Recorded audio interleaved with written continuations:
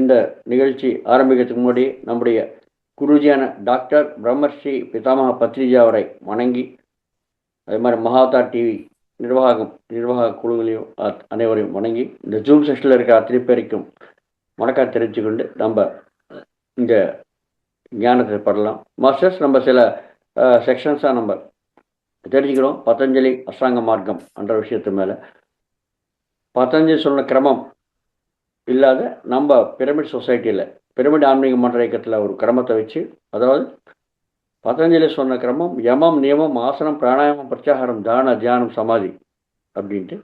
ஆனால் நம்முடைய பிரமிட் ஆன்மீக மன்ற இயக்கத்தில் நம்ம ஒரு கிரமத்தை வச்சுக்கிட்டு ஆசனம் பிராணாயாமம் பிரத்யாகாரம் தாரண தியானம் சமாதி யம நியமம் லாஸ்ட்டில் வச்சுருக்கோம். அவ்வளோதான். ஸோ அந்த வருஷத்தில் நம்ம தெரிஞ்சுக்கிறோம். அந்த வருஷத்தில் முதல்ல தெரிஞ்சுக்கிறது ஆசனம். ஆசன சித்தி அடையணும். நம்ம அது ரொம்ப இம்பார்ட்டண்ட். ஆனால் உட்கார்ந்தா தான் நம்ம எல்லாம் பெற முடியும். ஒரு இடத்துல ஒழுங்காக உட்கார்ந்தா தான் பெற முடியும். ஸோ ஆசனம் ஸ்திர சுக ஆசனமாக இருக்கணும். அதை பற்றி விளக்கமாக நம்ம தெரிஞ்சுக்கணும். அதே மாதிரி இரண்டாவது ஆசன சித்தி அடைஞ்சோன்னாக்கா ஒரு மார்க்கத்தை நம்ம கடந்து போயாச்சு. நம்ம மார்க்கத்தை நம்ம ஒரு ஒரு ஒரு லட்சத்தை போய் சேரணுன்னாக்கா நிறைய மார்க்கங்கள் வழியாக போக வேண்டியதாக இருக்கும். ஸோ முதல் மார்க்கம் நம்மளுக்கு முதல் ஊர் வந்து சேர்ந்துருச்சு. அறிக்கை பலகை சைன்போர்டு வந்துடுச்சு நம்மளுக்கு, என்ன ஆசன சித்தி நடந்திருக்குன்ட்டு. அப்போ அடுத்த பயணம் செய்கிறோம் அடுத்த ஊருக்கு. இரண்டாம் மார்க்கம் அது பிராணாயாமம். பிராணாயாமத்தை பற்றி நம்ம நிறைய தெரிஞ்சுக்கிறோம். பிராணாயாமம் சுகமய பிராணாயாமமாக இருக்கணும். ரொம்ப சகஜமாக தான் நம்ம மூச்சை காற்று எடுக்கணும். அது எப்படி நம்ம கவனிக்கணும், இதை பற்றி நம்ம விளக்கமாக நம்ம தெரிஞ்சுக்கிறோம். ஓகே. ஸோ இப்போ என்ன ஆச்சு, இப்போ நம்ம ஆசனத்தை வச்சு நம்ம ஆசன சித்தி ஆசன சித்தி அடைஞ்சோன்னா உடலை அமைதியாக உட்கார வச்சாச்சு, உடலை சாந்தப்படுத்தியாச்சு. மூச்சு மேலே கவனத்தை வச்சு பிராணாயாமம் சித்தி அடைஞ்சு மனதை அமைதிப்படுத்தியாச்சு. மனதை அமைதிப்படுத்தியால நமக்கு எந்த விதமான எண்ணங்கள் வரல. ஓகே. ஸோ உடல் மனம் எப்போ அமைதி ஆயிடுச்சோ புத்தி தானே அமைதி ஆயிடுச்சு. ஸோ இந்த மூணுமே அமைதி ஆயிடுச்சு, மூன்றுமே சாந்தமாயிடுச்சு. இப்போ என்ன நடக்கும் கடைசியில் அப்படின்னு பார்த்தீங்கன்னாக்கா, நம்ம இப்போ வெளி உலகத்திலேருந்து வெளிப்பட்டாச்சுங்க. உடல் வேலை பண்ணுறது வெளி உலகத்தோட தொடர்பு, மன வேலை பண்ணுறது புத்தி வேலை பண்ணுறது வெளி உலகத்தோட தொடர்பு, உடல் மனம் புத்தி இது மூணுமே வேலை பண்ணுறது தேவை இருக்கிற அளவுக்கு வெளி உலகத்தோட தொடர்பு. Okay, right. இப்போ என்ன, உடலை உட்கார வச்சாச்சு, மனதை அமைதியை உட்கார வச்சாச்சு, புத்தி அமைதி ஆயிடுச்சு. அப்போ வெளி உலகத்தில் தொடர்பு கட் ஆயிடுச்சு இல்லையா? அப்போ என்ன ஆகும், அப்போ உள் உலகத்தோட தான் நம்மளுக்கு தொடர்பு அதிகமாகும். அதாவது நம்ம வெளிநோக்கி பயணம் செய்யாத உள்நோக்கி பயணம் செய்வோங்க மாஸ்டர். இங்க இருந்தா நம்மளுக்கு உண்மையான மாற்றங்கள் வர ஆரம்பிக்கிறது. உண்மையா நம்ம யோக மார்க்கத்தில், அதாவது தியான மார்க்கத்தில் போற தொடர்ச்சி இங்கிருந்து தான் ஆக்சுவலாக ஆரம்பிக்கிறது. நம்ம ஏற்கனவே தெரிஞ்சுக்கணும், எண்ணமற்ற நிலைமை தான் வாசக்கால் ஆன்மீகம் என்ற வீட்டுக்குள்ள போறதுக்கு இல்லையா? இப்ப மூச்சு மேல் கவனத்தை வச்சு பிராணாயாமத்தினால நம்ம எண்ணமற்ற நிலைமைக்கு போயாச்சு. அப்ப ஆன்மீகம் எண்ணமற்ற நிலைமை வாசக்கால நம்ம தாண்டி ஆன்மீகம் என்ற வீட்டுக்குள்ள வந்திருக்கோங்க. இனிமேல தான் உண்மையான மாற்றங்கள் வரும். ஸோ முதல் மாற்றம் என்ன அப்படின்னாக்க, மூன்றாவது மார்க்கம் பிரத்யாகாரம். மூன்றாவது ஊருக்கு போய் சேர்றோம், நம்ம மார்க்கத்தில் பயணம் செய்கிறோம், ஊருக்கு போகிற பயணம். ஸோ பிரத்யாகாரம் மூன்றாவது. பிரித்தி அப்படின்னு என்ன தெரியுமா? பிரித்தினா ஆப்போசிட், அதாவது எதிர்முறை. நம்ம ரெண்டு இருக்குல்ல, நேர்முறை எதிர்முறை. பிரத்தி அப்படின்னாக்கா எதிர்முறை. ஆகாரம்னாக்கா உணவு, நம்ம சாப்பிட்ற உணவு. ஓகே, எப்படி சாப்பிட்றீங்களோ அதை பற்றி நம்ம தெரிஞ்சுக்கலாம். ஓகே. ஸோ பிரத்யாகாரம்னாக்க எதிர்முறை உணவு. இன்னொரு அர்த்தம் என்ன தெரியுமா? பிரத்யா அப்படின்னாக்கா பிரத்யேகமான ஸ்பெஷல் ஆகாரம், உணவு, ஸ்பெஷல் ஃபுட்டு, அதாவது பிரத்யேகமான உணவு. பார்த்தீங்களா, என்ன இது பிரத்யேகமான உணவு? சாதாரணமான உணவு, பிரத்யேக உணவு இருக்க ரைட். அதுதான் நம்ம இப்போ தெரிஞ்சிக்க வேண்டியது. இப்போ மாஸ்டர்ஸ், இப்போ நம்ம ஆன்மீகத்துக்குள்ள பயணம் செய்கிறோம். உள்ள ஆன்மீகம் என்ற வீட்டுக்குள்ளே வந்தாச்சு, தொடர்ந்து வந்தாச்சு உள்ள வாசகால் தாண்டி, ஜனமிட்டல்மை வாசகால் தாண்டி. ஸோ பிரத்யாகாரம்ன்றது அர்த்த மார்க்கம் போகிற வழி. பிரத்யேகமான ஆகாரம் இல்லை எதிர்முறை உணவு. இப்போ நம்ம ஆகாரத்தை எப்படி எடுத்துக்கோங்க? நேர்முறை உணவு, டைரக்ட் ஃபுட் இல்லையா? சாதாரண ஃபுட்டு, ஆர்டினரி ஃபுட்டு எப்படி எடுத்துப்போம்? நம்ம உடம்புக்கு எடுத்துக்கிறோம் இல்லையா? எப்படி எந்தெந்த ஃபுட் எடுத்துக்கிறீங்க நீங்கள்? 3 ரகமான உணவு நம்ம சாப்பிட்றோம். என்னது? கனம், திரவம், வாயு. 3 ரகமான குணங்கள். கனமானாக்க கனப்பொருள் தெரியுமா நம்மளுக்கு? இட்லி, சாதம், சப்பாத்தி, இதெல்லாம் கனப்பொருட்கள். அப்புறம் நம்ம சாப்பிட்ற அந்த காய்கறி, இதெல்லாம் கனமான பொருட்கள், ஆகாரமாக எடுத்துக்கிறோம் நம்ம. ஓகே. திரவம்னா என்ன? மோர், அப்புறம் தண்ணீர், ஜூஸு, இதெல்லாம் திரவமான பொருட்கள். சரியா? இந்த கனப்பொருட்கள், திரவ பொருட்கள் நம்ம எப்படி சாப்பிட்றோம்? வாய் வழியாக சாப்பிட்றோம். சாதாரண சாப்பாடு இது, வாய் வழியாக சாப்பிட்றோம். அப்புறம் வாயு பதார்த்தம்னா காற்று. அது எப்படி சாப்பிட்றோம்? அது மூக்கு வழியாக, அதான் ஸ்பர்சம் வழியாக. அது நம்ம சுவாசம் வழியாக சாப்பிட்றோங்க, மூக்கு வழியாக சாப்பிட்றோம். நம்ம சுவாசம் என்ன ஆகுறது? அவுட், அவ்வளோதான் இல்லையா? நம்ம சுவாசம் எடுக்கலன்னாக்க என்ன ஆகும்? நம்ம உயிர் வாழ முடியாது. ஸோ நம்ம உயிர்கள் நிலைந்து இருக்கணும் அப்படின்னாக்கா நம்ம சுவாசக்கிரியா நடந்து போயிட்டே இருக்கணும். ஸோ சுவாசம் மூலியமாக நம்ம சாப்பிட்ற உணவு என்ன அப்படின்னாக்கா காற்று. அது நம்ம சாப்பிட்ற உண்மையிலேயே அது உணவு நம்மளுக்கு. ஸோ இதெல்லாம் சர்வசாதாரணமாக வெளி உலகத்துலேருந்து சாப்பிட்றது, இது ரொம்ப ஆர்டினரி ஃபுட்டு, அவ்வளோதான். சுவாசம் எடுக்கிறது விடுறது ரொம்ப சர்வசாதாரணம். ஸோ கனம், திரவம், வாய் வழியா, மூக்கு வழியா, சுவாசம். இது நம்ம கர்மேந்திரியங்கள் பண்ணுற வேலை இல்லையா? கர்மேந்திரியம் வழியா நம்மளுக்கு கனபதார்த்தம், திரவ பதார்த்தம். கர்மேந்திரியம் என்ன? கை, கால், பேசும்போது வாய், அப்புறம் உறுப்பு நம்ம கழிவு வெளியேற்றுற அந்த 2 மலமூத்திரம் வெளியேற்றுற அந்த 2 இந்திரியங்கள் இல்லையா? இதெல்லாம் கர்மேந்திரியங்கள். இந்த கர்மேந்திரியங்கள் வேலை பண்ணும். கர்மம் என்ன? வேலை. கர்மேந்திரியங்கள் வேலை பண்ணோன்னாக்கா சக்தி தேவை, ஆற்றல் தேவை. அந்த ஆற்றல் எப்படி வருது? கனபதார்த்தம், திரவ பதார்த்தம் மூலயமா நம்மளுக்கு பிரத்யட்சமா, அதாவது நேர்முறையாக வர்றது நம்மளுக்கு உணவு இல்லையா? அப்போ நம்ம சாப்பிட்ற சாப்பாடு ஜீரணமானவங்க. ஜீரணமானாக்க எப்படி ஜீரணமாகாது? உள்ளே போட்டாச்சு, இட்லி சாம்பார் எல்லாம் போட்டாச்சு உள்ள, அது எப்படி ஜீரணமாகும்? ஜீரணமாகணுனாக்க திருப்பி வயிற்றுக்குள்ள ஜீரணாசிக்குள்ள போன பிறகு திருப்பி அங்கே ஒரு அடுப்பு, இதே ஒரு சமையல் அங்கே இருக்குது, அதை நம்ம அந்த அடுப்பு ஆன் பண்ணி குக்கரில் வச்சு திருப்பி சமைக்கணும். நம்ம சாப்பிட்ற சாப்பாடு டேரெக்டாக ரத்தமாக மாறதுக்கு வாய்ப்பு இல்லை. ரத்தமாக மாறதுக்கு தகுதி உள்ள மாதிரி மாற்றம் நடந்து நம்ம ஜீரணாசயத்தில் இருக்கிற அந்த ரசாயனங்கள் எல்லாம் சேர்ந்து திருப்பி ஜீரணமாய் ரத்தமாக மாறும், சிறுகுறு வழியாக போயிட்டு. அது நம்மளுக்கு நடக்கிற சர்வசாதாரணமான செயல். ஓகே. எப்படி ஜீரணமாகுது? ஜீரணமாகறதுக்கு உள்ள அடுப்பு எரியுன்னு சொன்னேன். அடுப்பு எரியுனாக்க என்ன தேவை? அடுப்பு எரியுனாக்க எரிவாயு தேவை இல்லையா? இப்போ நம்ம கேஸ் ஸ்டவ் நம்ம ஆன் பண்ணுறோம். கேஸ் ஸ்டவ் ஆன் பண்ணுறீங்கன்னாக்கா எப்படி கேஸ் ஸ்டவ் வேலை பண்ணுறதுங்க? கேஸ் டைரெக்டாக நீங்கள் ஆன் பண்ணீங்கன்னாக்கா அது எரியாது. கேஸ் ஸ்டவ் எப்படி வேலை பண்ணுறது? நீங்கள் ஜாகிரதையாக பார்த்தீங்கன்னாக்கா அந்த டியூப் வழியாக நம்ம வர்ற கேஸ், இந்தியன் கேஸோ, பாரத் பெட்ரோலுமோ, ஹெச்பியோ, எந்த கேஸோ அது உள்ளே வந்த பிறகு எல்பிஜின்னு சொல்லுவோம், low liquefied petroleum gas. Liquefied petroleum அதாவது திரவமாக்கப்பட்ட பெட்ரோலியம் சம்மந்தப்பட்ட கேஸ். ஓகே. அந்த எல்பிஜி கேஸ் உள்ள டியூப் வழியாக உள்ளே வருது. உள்ளே வந்த பிறகு நீங்கள் அந்த டியூபை ஜாரத்துக்கு அனுப்பிச்சிங்கனாக்கா அந்த டியூப் சைடில் எந்த இடத்துல அந்த கேஸ் உள்ளே போகிறதோ அந்த சைடில் ஒரு சின்ன ஹோல் இருக்குங்க, சின்ன ஹோல் இருக்கும். அந்த ஹோல் வழியாக வெளியில் இருக்கிற காற்று கூட இழுக்கப்படும். இந்த கேஸ் போகும்போது அந்த காற்று கூட இழுக்கப்படும். அந்த காற்றுல இருக்கிற எரிவாயு ஆக்சிஜன் இருக்கு இல்லையா? வெளியே இருக்கிற காற்றுல 21% ஆக்சிஜன் இருக்குது. ஸோ அந்த எரிவாயு ப்ளஸ் நம்ம கேஸு ரெண்டுமே சேர்ந்து பர்னர் வழியாக வெளியில் வந்து அது அந்த அதனால தான் அது கேஸ் எரியுது. அப்போ நம்ம சமைக்கிறோம். ஓகே, அப்போ நம்ம ஜீர்ணாசயத்துக்குள்ள அடிப்பெரிய சொன்னேன். அப்போ அது அந்த அதுக்கு அந்த அடிப்பெரியத்துக்கு எப்படி நம்மளுக்கு வெப்பம் வரும்? அது எப்படி எரியும்? அந்த அடுப்பு எப்படி எரியும்?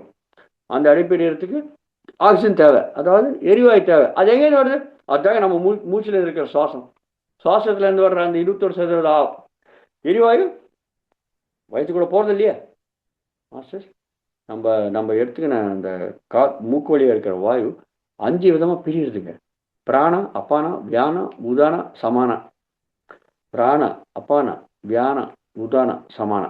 இந்த 5 வாயா பிரியுதுங்க. ஒவ்வொரு காற்றுக்கும் ஒவ்வொரு வேலை இருக்கு. ஓகே, பிராணா வாயுனுக்கு இந்த நம்ம நுரையீரல்களில் அந்த ஆக்சிஜன் நம்ம சுத்தமான ரத்தம் வந்து அந்த ரத்தத்தில் இருக்கிற கார்பன் டை ஆக்சைடு சுத்திகரிக்கப்பட்டு ஆக்சிஜன் ரத்தத்துக்குள்ளே போய் ஆக்சிஜன் வழியாக ரத்தம் ஃபுல்லாக தமனிகள் மூலம் போடுது. ஹார்ட் பம்ப் பண்ண அது திருப்பி வர ரத்தம் கார்பன் டை ஆக்சைடோட வருது, அசுத்தமாக வருது. அது நம்ம மூச்சு காற்றை வெளியே எடுக்கும்போது வெளியில் வந்துடுது. இந்த மாதிரி நடக்கிறது. இந்த நுரையீரல்கள் தான் நம்மளுக்கு அந்த அந்த அந்த எக்ஸ்சேஞ்ச், அந்த மாற்றங்கள் நடக்கிறது. கார்பன் டை ஆக்சைடு வெளியே வருது, ஆக்சிஜன் உள்ள எடுக்கப்படுறது ரத்தத்தில், ரத்தம் சுத்திக்கப்படுறது. அது பிராணம். அப்பானம் என்னன்னு? அப்பானம்னாக்க வெளியேற்றுற வாயு. எப்படி வெளியேற்றுறது? வெளியேற்றுற நம்ம கை வெளியேற்றுறோம் இல்லையா? எப்படி மூத்திரம் வெளியில் வருதுங்க? மூத்திரம் எப்படி விடுறது? மூத்திரம் தானே வெளில வந்துடுமா? மழை எப்படி வெளில வருது? தானாக வந்துடுமா? ஏதோ ஒரு பின்னாடி ஒரு அழுத்தம் தேவையில்லை, ப்ரெஷர் தேவையில்லையா? அது யார் கொடுக்குறாங்க? களி வெளியேற்றுறதுக்கு. அதுதான் அப்பான வாயு. அதே மாதிரி நம்ம வேர்க்கை, அதாவது எந்தெந்த விதமாக நம்மளுக்கு களி வெளியேறதோ அதுக்கு ஒரு அழுத்தம் தேவை. வேர்வு, நம்மளுக்கு ஸ்வெட்டிங் வருது இல்லையா? இந்த ரோம ரந்தனங்கள் வருது இல்லையா? அது எப்படி வருது? யாரோ ஒருத்தர் பின்னாடி தள்ளணும் இல்லையா? அப்பான வாயு. ஏப்பம் வருது, யார் தள்ளுறாங்க? யார் தள்ளுறாங்க? சரி, எப்படி? இரும்பல். என்னது? என்ன வருது? யாரோ ஒருத்தர் அழுத்தத்தோடு தள்ளுறாங்க, அப்போதான் நம்மளுக்கு வெளில வருது. கண்ணீர், யார் தள்ளுறாங்க? யாரோ ஒருத்தர் தள்ளதா கண்ணீர் வரும் இல்லை? வெறுமை வந்துடுதா? வராது. ஸோ இதெல்லாம் களி வெளியேற்றுறது. கண்ணீர் வழியா, சளி வழியா, இரும்பல் வழியா, வேர்க்க வழியா, மலம் வழியா, மூத்திரம் வழியா நம்மளோட களி வெளியேறுது இல்லையா? அதுக்கு யார் ஏதோ ஒரு வாயு பண்ணோம் இல்லையா? அது அப்பான வாயு பின்னாடி தள்ளுறது. ஸோ நம்ம அப்பானம், பிராணம், அப்பானம், வியானம். வியானம் நம்ம உடம்பு ஃபுல்லாக ரத்தத்தை எடுத்துகிட்டு போகணும் இல்லையா? ரத்தத்தை எடுத்துட்டு போகணும் உடம்பு ஃபுல்லாக. அதுக்கு ஒரு அழுத்தம் தேவை இல்லையா? ஹார்ட்னா பம்ப் பண்ணுறது, பம்ப் பண்ண பிறகு எடுத்துகிட்டு போகணுவேன். ஸோ அது வியானம், உடம்பு ஃபுல்லாக வியாபிக்கிறது. பிராண, அப்பான, வியான, உதான வாயாருக்கு நம்ம இந்த கண்டத்தில் இருக்கு, கழுத்தில் இருக்கு. நான் பேசுகிறோம் இல்லையா? பேசும்போது என்ன வருதுங்க? காற்று தானே வருது. காற்று வரலன்னா எப்படி பேச முடியும் இல்லையா? அந்த பேசுறதுக்கு தேவை இருக்கிற காற்று அது உதான வாயு. சமான வாயு என்ன பண்ணும்? சர்வ சமானமாக உடம்பு ஃபுல்லாக நம்ம ஜீரணம் பண்ண அந்த சக்தியை உடம்பு ஃபுல்லாக எடுத்துகிட்டு போவோம் ரத்தம் வழியாக. ஏதோ ஒரு இது அழுத்தம் எல்லாம் எப்படி போவோம் சக்தியெல்லாம்? ஸோ ஆட்டோமேட்டிக்காக அந்த மாதிரி போகும். ஸோ இந்த மாதிரி 5 வழியாக பிராண, அப்பான, வியான, உதான, சமான் நம்ம மூக்கு வழியாக சாப்பிட்ற சாப்பாடு. ஸோ அதில் இந்த சமான வாயு நம்ம ஜீர்ணாசயத்துக்குள்ள ஜீரணமாகறதுக்கு யூஸ் ஆகுது. அது ரத்தம் வழியாக நம்ம சாப்பிட்ற சாப்பாடில் இருக்கிற சக்தி எல்லாத்தையுமே வெளியே எடுத்துகிட்டு போடுது.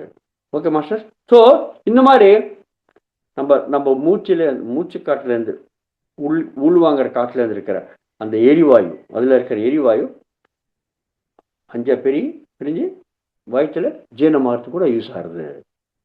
அது உடம்பு ஃபுல்லாக எடுத்துன்னு போடுது. ஸோ இந்த மாதிரி நம்ம வாயு பதார்த்தத்தை நம்ம உள்ள வாங்குறோம். ஆட்டோமேட்டிக்காக அது எல்லா வேலை பண்ணுறது. இது பௌதிகமாக நடக்கிற செயல். அதாவது நேர்முறையில் நம்ம எடுத்துக்கிற உணவு, ஆகாரம், இது நம்மளுக்கு தெரிஞ்சது தான். ஓகே, அப்புறம் அது ஆன பிறகு இன்னும் சில ஆகாரம் நம்ம எடுத்துக்கிறோங்க, நம்ம மனதுக்கு வருது சில ஆகாரம். இன்னும் மனதுக்கு எப்படிங்க ஆகாரம் வருது? மனதுக்கு வர்ற ஆகாரம் எப்படி வருது? அப்படி மனதுக்கு தேவை நினைக்கிறது என்ன? மனம் டேரெக்டாக இட்லி சாம்பார் சாப்பிடுமா? சாப்பிடாது. மனதுக்கு தேவை இருக்கிற ஆகாரம் எங்கேருந்து வருது? எனக்கு அது சமாச்சாரம் மூலியமா வருது. அது யார் கொடுக்குறாங்க? அதுதான் நம்ம ஞானேந்திரியங்கள் கொடுக்குறது. பார்த்தீங்களா? ஞானம் என்ன? இங்கே சமாச்சாரம். கண் மூலியமா பார்வை ஞானம், திருஷ்யங்கள் பார்க்குறோமே இல்லையா? அதை பற்றி என்ன, இதை பற்றி தெரிஞ்சுக்கிறோமே. பார்வை ஞானம் நம்மளுக்கு வருது கண் மூலியமா. அந்த வர்ற ஞானம் எங்கே போகிறது? அந்த சமாச்சாரம் எங்கே போகிறது? மனதுக்கு போய் சேருது. பாருங்கள் மாஸ்டர்ஸ், கண்ணு திறந்து நம்ம விழிப்புணர்வோடு இருக்கும்போது இந்த ஞானம் நம்மளுக்கு வருது. மனம் நம்முடைய கண் மூலியமா நம்மளுக்கு எல்லா திருஷ்யங்கள் பற்றிய சமாச்சாரம். அதே மாதிரி காது மூலியமா நம்மளுக்கு சத்தம் பற்றிய சமாச்சாரம். தோல் மூலியமா ஸ்பர்சத்தை பற்றி சமாச்சாரம். மூக்கு மூலியமா வாசனை பற்றிய சமாச்சாரம். வாயில நாக்கு மூலமா ருசி பற்றிய சமாச்சாரம். பார்த்தீங்களா? இந்த 5 ஞானேந்திரியங்கள். ஞானமான சமாச்சாரம் அது கொடுக்குறது. அது எங்கே போகிறது? மனதுக்கு போய் சேர்றது. பார்த்தீங்களா? அதுதான் மனதுக்கு உணவு. எப்படி நம்ம கர்மேந்திரியங்களுக்கு, அதாவது உடம்புக்கு, உறுப்புகளுக்கு நம்ம உணவு மூலயமா சக்தி வருது, அது நம்ம கனம், திரவம், வாயு பதார்த்தம் மூலமாக அதை நம்ம டேரெக்டாக சாப்பிட்றோம். ஆனால் மனதுக்கு சூக்ஷ்மமாக வருது. சூக்ஷ்மம் கணக்கு தெரியாது மனம். ஆனால் கணக்கு தெரியாத மனதுக்கு கூட உணவு தேவை. மனம் சொல்லி தானே உடம்பு வேலை பண்ணுறது, இல்லாட்டி வேலை பண்ணது இல்லையா? ஸோ மனதுக்கு எப்படி சமாச்சாரம் வருது? உணவு எப்படி வருது? அது நேர்முகமாக கண்கள் மூலியமாக திருஷ்யங்கள், பார்வை சமாச்சாரம், காது வழியா சத்த சமாச்சாரம், மூக்கு வழியா வாசனை சமாச்சாரம், நாக்கு வழியா ருசி சமாச்சாரம், தோல் வழியா நம்மளுக்கு இந்த ஸ்பர்ச சமாச்சாரம். இது நம்ம மனதுக்கு வந்து சேருது நம்ம விழிப்புணர்வோடு இருக்கும்போது. அது ஆகாரம் மனதுக்கு. பார்த்தீங்களா? நேர்மறையாக வருது நம்மளுக்கு. நமக்கு சூக்ஷ்மமான நிலைமையில் வருது. அவ்வளோதான். நம்மளுக்கு தெரியலன்னு சொல்லக்கூடாது இல்லையா? வருது. உங்களுக்கு தெரியலன்னு இல்லைன்னு சொல்லக்கூடாது இல்லையா? வருது. ஸோ இந்த மாதிரி மனதுக்கு சமாச்சாரம் நம்மளுக்கு வந்து சேருது, உணவு வருது. அதே மாதிரி அதுக்கு அடுத்து என்ன? புத்தி. புத்தி என்ன வேலை பண்ணும்? மனதிலிருந்து வர்ற எல்லா சமாச்சாரங்களையும் மனதுக்கு ஞானம் வருது இல்லையா? இந்த இந்த இந்த ஞானேந்திர மூலியமாக ஞானம் வருது இல்லையா? அந்த சமாச்சாரம் எல்லாத்தையுமே புத்திக்கு அனுப்பும். புத்தி என்ன பண்ணும்? புத்தி அந்த சமாச்சாரத்தில் இருக்கிற ஏதோ ஒரு முடிவு எடுத்து அந்த முடிவை மனதுக்கு கொடுக்கும். மனம் நம்ம கர்மேந்திரியங்களுக்கு உடம்புக்கு கொடுக்கும். இந்த மாதிரி தான் நம்ம செயல்படுத்துகிறோம். புத்திக்கு எப்படி நம்மளுக்கு என்ன எப்படி உணவு வருது அப்படின்னாக்க, புத்திக்கு வர்ற உணவு, புத்திக்கு தேவை இருக்கிறது என்ன? ஞானம். மனதுக்கு தேவை இருக்கிறது சமாச்சாரம், ஸ்மசானம். புத்திக்கு தேவை இருக்கிறது ஞானம். எப்படி ஞானம் வரும் நம்மளுக்கு? புத்திக்கு விழிப்புணர்வோடு இருக்கும்போது. விழிப்புணர்வோடு இருக்கும்போது புத்திக்கு ஞானம் நம்மளுக்கு சுவாத்தியாயம் மூலியமா, சஜ்ஜன சாங்கச்சம் மூலியமா. இவ்வளவுதாங்க. இதுதான் புத்திக்கு வர்ற ஞானம், புத்திக்கு வர்ற உணவு விழிப்புணர்வோடு இருக்கும்போது. ஓகே. சுவாத்தியாயம் என்ன? சுயத்தை பற்றி, தன்னைத்தான், தன்னை பற்றித்தான் அத்தியாயம் அப்படின்னு படிக்கிறது. சுவாத்தியாயம்னா தன்னைத்தான், தன்னை பற்றி தான் படிக்கிறது. அதுவும் தன்னைத்தான் தெரிஞ்சுக்கிறது. ரொம்ப சிம்பிள் சுவாத்தியாயம். அது எப்படி தன்னை தான் தெரிஞ்சிக்க முடியும் அப்படின்னாக்க, நம்ம தெரிஞ்சுக்கணும் அப்படின்னாக்க, நம்ம யாரு, நம்ம எங்கேருந்து வந்தோம், நம்ம ஏன் வந்தோம், என்ன பண்ண வந்திருக்கோம், என்ன பண்ணுறோம், ஒழுங்கா இல்லையா, ஒழுங்கா பண்ணுறோமா இல்லையா, நம்ம பண்ணுற செயல் சரியாக இருக்கா இல்லையா, மற்றவங்களுக்கு துன்பத்தை கொடுக்குறதா இன்பத்தை கொடுக்குறதா, என்ன நடக்கும் இது மாதிரி பண்ணாக்க, துன்பத்தை கொடுக்குறமா பண்ண என்ன ஆகும், இன்பத்தை கொடுக்குறதா என்ன ஆகும், இதை பற்றி முழு சமாச்சாரம், முழு ஞானம் நம்மளுக்கு எப்படி தெரியும்? சுவாத்தியா மூலியமாக தான் தெரியும். பார்த்தீங்களா? நம்மளை பற்றி நம்ம தெரிஞ்சுப்போம் தியானத்தில்.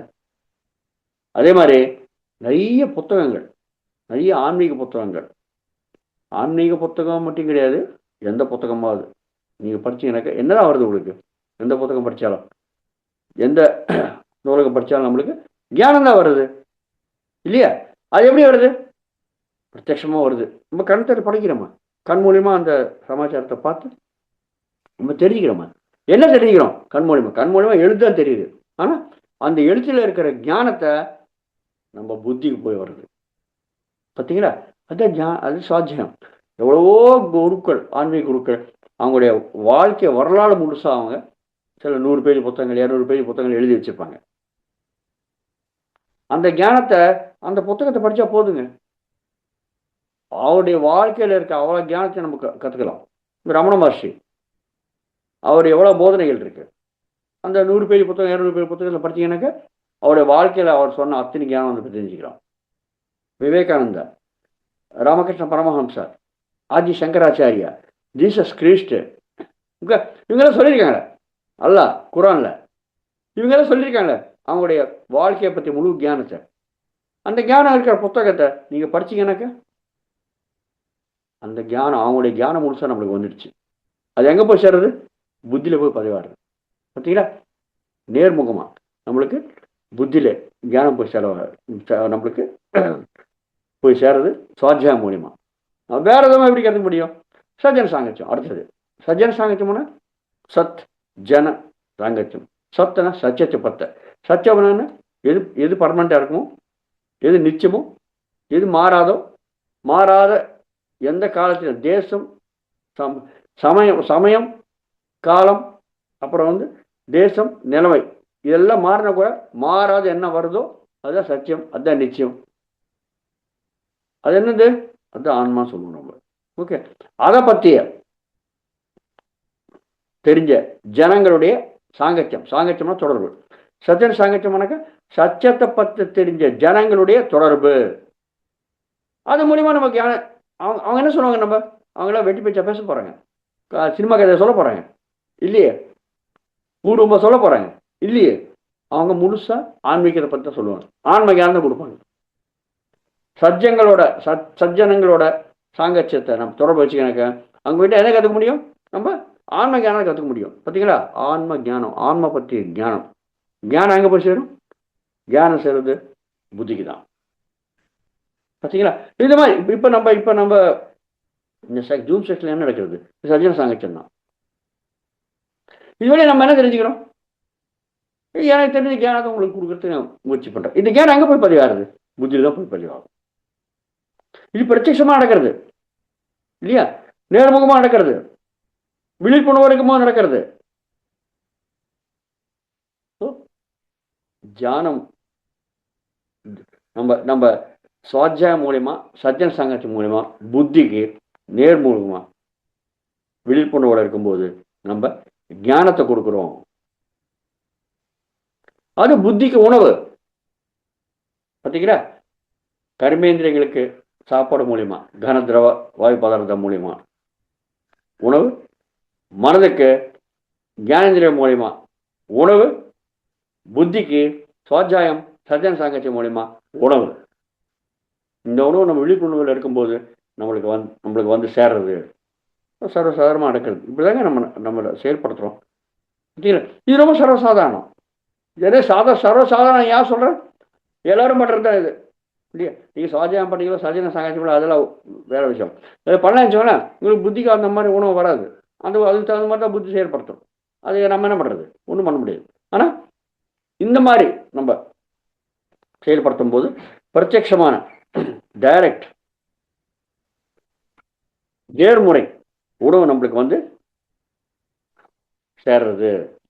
ஓகே, ஆனால் இந்த நேர்முக உணவு வரத்துக்கு நம்ம என்ன பண்ணணும்? விழிப்புணர்வாக இருக்கணும். ப்ளஸ் நம்ம கர்மேந்திரியங்கள் வேலை பண்ணணும், ஞானேந்திரியங்கள் வேலை பண்ணணும், மனம் வேலை பண்ணணும், புத்தி வேலை பண்ணணும். ஆனால் இப்போ நம்ம எந்த நிலைமைக்கு போயிருக்கோம்?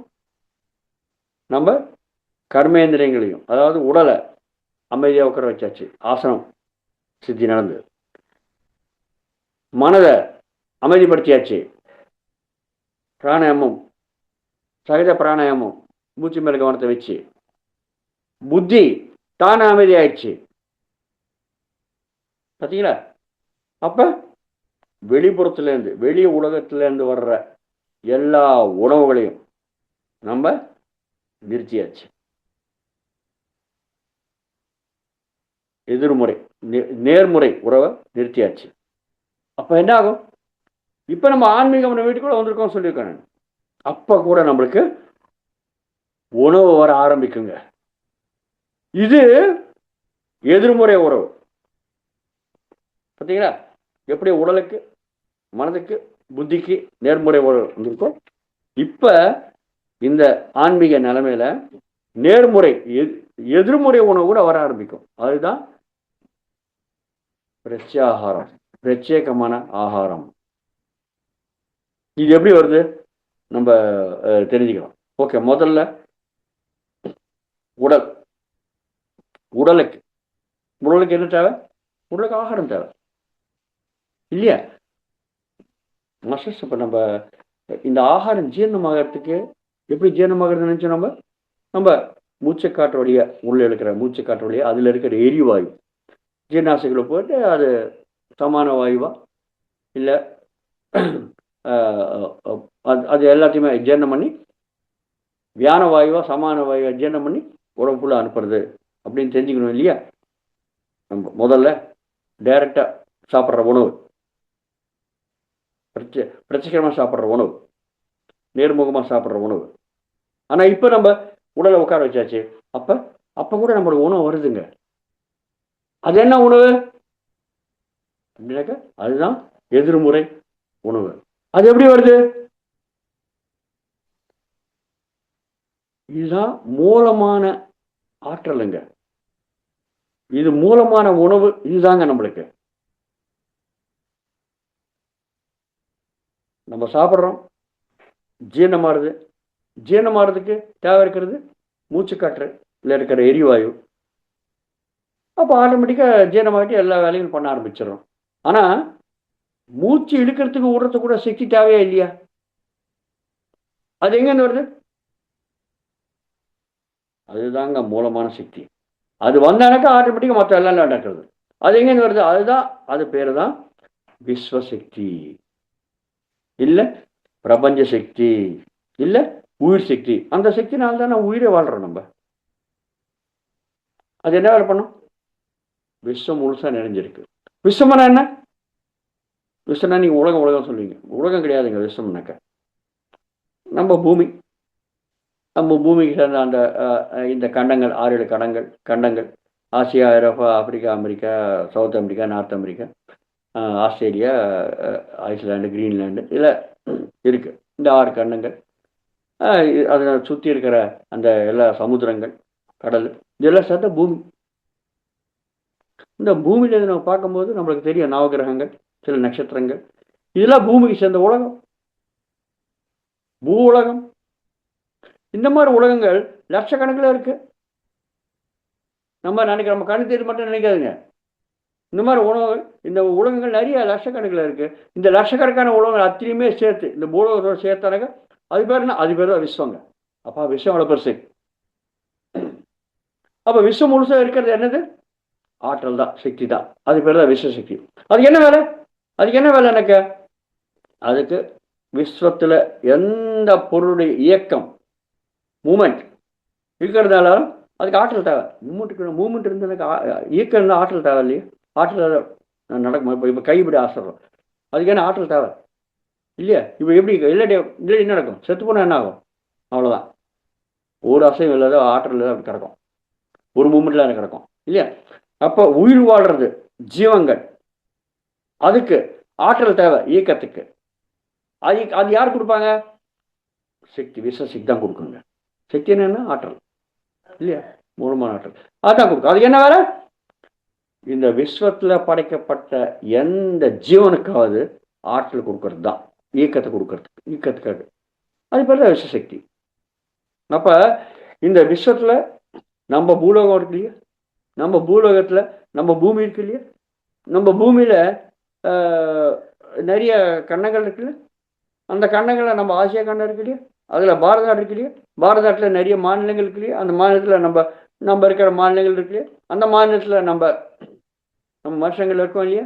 நம்ம எல்லாம் ஈக்கத்தோடு இருக்கோமா இல்லையா? நம்மளுக்கு ஈக்கத்துக்கு தேவை இருக்கிற சக்தி யார் கொடுப்பாங்க? விசக்தி தான் கொடுக்கும். அதுதான் மூலமான சக்தி. ஸோ நம்ம உயிர் நம்ம சுற்றி படைக்கப்பட்டிருக்கோம், நம்ம சுற்றில. ஸோ நம்மளுக்கு ஈக்கம் தேவை. ஈக்கு தேவையானக்க சுற்றி கொடுக்க அந்த அந்த சக்தி கொடுக்க வேண்டிய பொறுப்பு யாரு? விஸ்வசக்தி தான். அப்ப அதனால்தான் அந்த மூலமான சக்தி நம்மளுக்கு கட்டாயம் கொடுக்கப்படும். எப்ப நம்ம சுவாசம் எடுக்கிறதுக்கு விடுறதுக்கு கூட சக்தி தேவை சொல்லியிருக்கேன். நம்ம சுவாசம் எடுக்கிறதுக்கு ஒரு சக்தி தேவையில்ல, சக்தி இல்லைன்னு என்ன பண்ணுவீங்க? ஒரு வென்டிலேட்டர் வச்சுக்க வேண்டியதாக இருக்கும். பார்த்தீங்களா, நம்ம பார்த்துருக்கோம் நிறைய பேரை வென்டிலேட்டர் வச்சுருப்பாங்க. அவங்க சுவாசம் எடுக்கிறதுக்கு விடுறதுக்கு சக்தி இருக்காது, மனம் வேலை பண்ணாது. ஸோ அந்த மாதிரி நிலைமையில இப்போ சுவாசம் எடுக்கிறதுக்கு சக்தி மூலமாக சக்தி அதுதான், அது விஸ்வசக்தி, அது தரப்படும். அது வந்த பிறகு நம்ம ஆட்டோமேட்டிக்காக நம்ம ஜீரணாசயத்தில் ஜீரணமாகும். கன பதார்த்தம், திரவ பதார்த்தம், வாயு பதார்த்தம் எல்லாம் சாப்பிட்ட பிறகு கர்மேந்திரிகள் ஞானேந்திரிகள் எல்லாம் வேலை செய்ய ஆரம்பித்து எல்லாம் நடக்கிறது, செயல் நடக்கிறது. ஓகே, அது எதிர்மறையாக நேர்முறையாக சாப்பிட்ற சாப்பாடு உணவு ஃபுல்லாக ஜீரணமாகிறதுக்கு. ஆனால் எதிர்முறையாக நம்மளுக்கு இந்த சக்தி வருது. எதிர்முறையானாக்கா நம்ம கண்ணு தெரியாது. அது எங்கேருந்து வருது?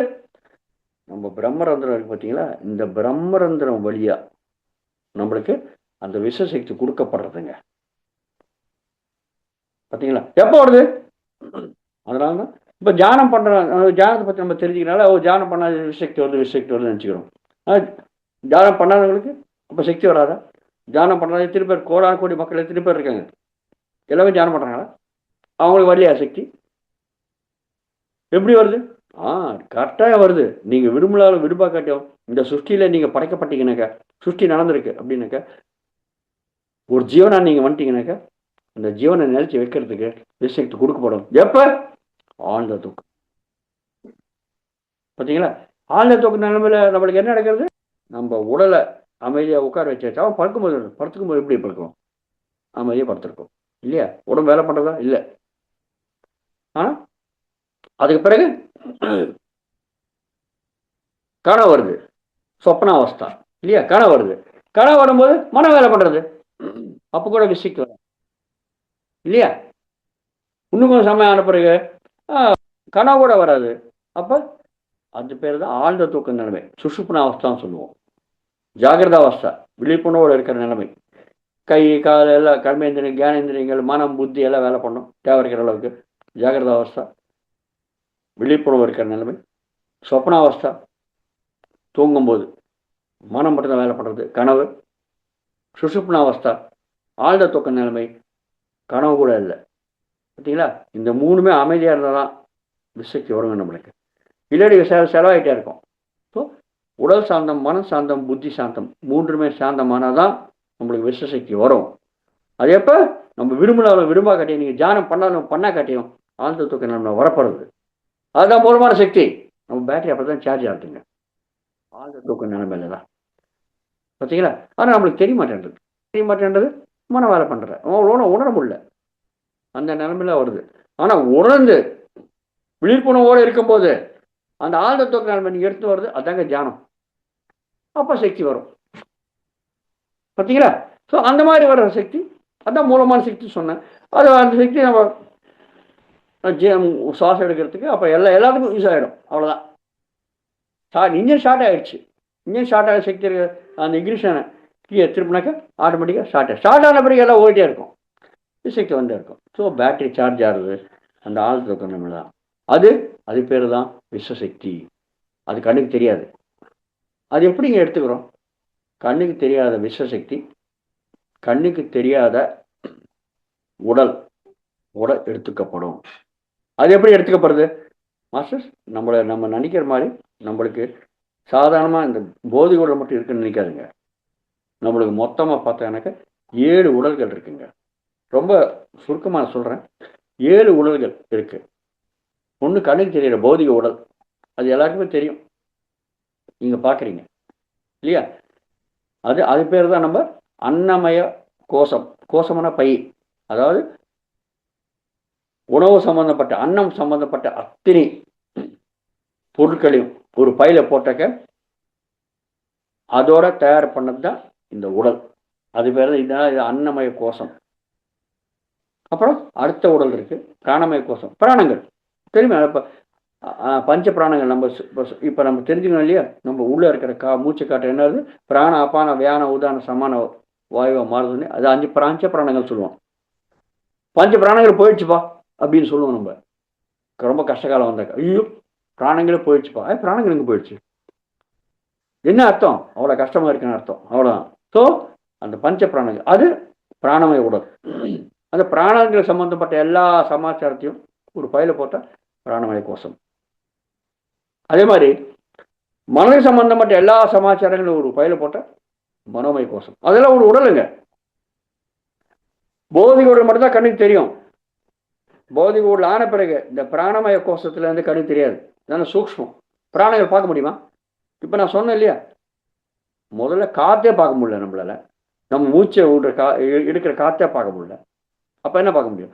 அந்த காற்று உள்ளே போய் அஞ்சா மாறுறதுன்னு சொன்னேன் இல்லையா, அதெல்லாம் பார்க்க முடியுமா? காற்றே சூக்ஷ்மமாக இருக்கு, பார்க்க முடியல. இருக்கு, காற்று இல்லைன்னு என்ன ஆகும்? அவ்வளோ நம்ம உயிர் வாழ முடியாது. ஆனால் இருக்கு, கண்ணுக்கு தெரியலன்னா இல்லை சொல்ல முடியுமா? இல்லை. ஸோ அது அஞ்சா பெரியது. ஸோ 5 பிராணங்கள். அது பிராணமய உடல், பிராணமய கோஷம். அதுக்கு பிறகு அதே மாதிரி மனதுக்கு சம்பந்தப்பட்ட எல்லா சமாச்சாரங்களும் ஒரு பையில போட்டால் அது ஒரு உடலாக தயார் பண்ணாக்க அது மனோமய உடல். பார்த்தீங்களா? அதே மாதிரி புத்திக்கு சம்பந்தப்பட்ட எல்லா சமாச்சாரங்களையும் ஒரு பையில போட்டாக்க புத்தி என்ன கொடுக்கும்? ஞானத்தை கொடுக்கும் இல்லையா? இப்போ நம்ம தெரிஞ்சுக்கணும், புத்தி மூலமாக என்ன வரும்? ஞானம். என்னது? சுவாத்தியா மூலியமா, சஜ்ஜன சாங்கத்திய மூலியமா நம்மளுக்கு நேர்முக வழியில் ஞானம் வருது. ஸோ அந்த மாதிரி புத்திக்கு சம்பந்தப்பட்ட எல்லா பொருட்களையும் நம்ம எடுத்து ஒரு பையில போட்டாக்க அது செலவாகுது. அது அதால் உருவாக்கப்படுற உடல் விஞ்ஞானமய கோஷம். கோஷம்னா பையன் சொன்னேன் இல்லையா? அப்புறம் அதே மாதிரி நம்முடைய ஆன்மா, உள்ள இருக்க ஆன்மா இருக்கு இல்லையா, ஆன்மாவுக்கு சம்பந்தப்பட்ட அத்தனை சமாச்சாரங்களையும் ஒரு பையில போட்டால் அது ஒரு உடலாக தயார் பண்ணாக்க அது ஆன்மீக உடல். அது நம்ம ஆனந்தமய கோஷம் அப்படின்னு சொல்லுவோம். ஆனந்தம், ஆனந்தம்னாக்க ரொம்ப எப்பயுமே 3 வார்த்தைகள் இருக்குங்க: சுகம், சந்தோஷம், ஆனந்தம். சுகமானாக்க உடலுக்கு சம்மந்தப்பட்டது. அது எவ்வளோ கொடுத்தாலும் உடலுக்கு போதும் சொல்லாது, இன்னும் வேணும் இன்னும் சொல்லிட்டே இருக்கோம். அதாவது திருப்தி இல்லை. இன்னும் கொஞ்சம் உனக்கு அதிகமாக நிலவு இருக்கிறது மனது சம்மந்தப்பட்டது, அது சந்தோஷம். பார்த்தீங்களா? சந்தோஷம்ன்றது உடல் எப்படி இருந்தாலும் நம்ம சந்தோஷமாக இருக்கலாம், மனம் சரியாக இருந்தால். ஓகே, அதுக்கு அடுத்தது ஆனந்தம். அதாவது உடல் மனக்கு சம்பந்தம் இல்லாத இருக்கிற நிலைமை தான் ஆனந்தம். அந்த நிலைமை நம்மளுக்கு எல்லாருக்குமே இருக்குங்க. எப்போ திரும்ப இருக்குது? இதான் சொன்னேன் இல்லையா, நம்ம சுசுப்னாவஸ்தை, ஆழ்ந்த தூக்க நிலைமையில். ஆழ்ந்த தூக்க நிலைமையில் நீங்கள் எப்படி இருக்கீங்க? ஆனந்த நிலைமையில் இருக்கீங்க. அப்போ தாங்க விசக்தி நமக்கு வரும். பார்த்தீங்களா? அந்த நிலைமை உங்களால் உணர முடியல. ஆனால் தியானத்தில் நம்ம விழிப்புணர்வோட உட்காந்து அந்த சுசுப்னாவஸ்தை, ஆழ்ந்த தூக்க நிலைமையில் எடுத்து வரோம். தியானமான என்ன? விழிப்புணர்வோட தூங்குற தூக்கம். தூக்கமான என்ன? விழிப்புணர்வு இல்லாத தியானம். அவ்வளோதாங்க, ரொம்ப சிம்பிள். ஸோ இப்போ நம்மளுக்கு இந்த இந்த உடலுக்கு எதிர்முறையா நம்மளுக்கு சக்தி வருது. எப்போ வருது? ஆனந்தமய கோஷம் சொன்னேன் இல்லையா, அது ஆன்மீக உடல். அதுக்கப்புறம் விஸ்வமய கோஷம். விஸ்வமய கோஷம் விஸ்வத்தில் இருக்கிற எல்லா சமாச்சாரங்களையும் எடுத்து ஒரு உடலை தயார் பண்ணாக்க அது விஸ்வமய கோஷம்.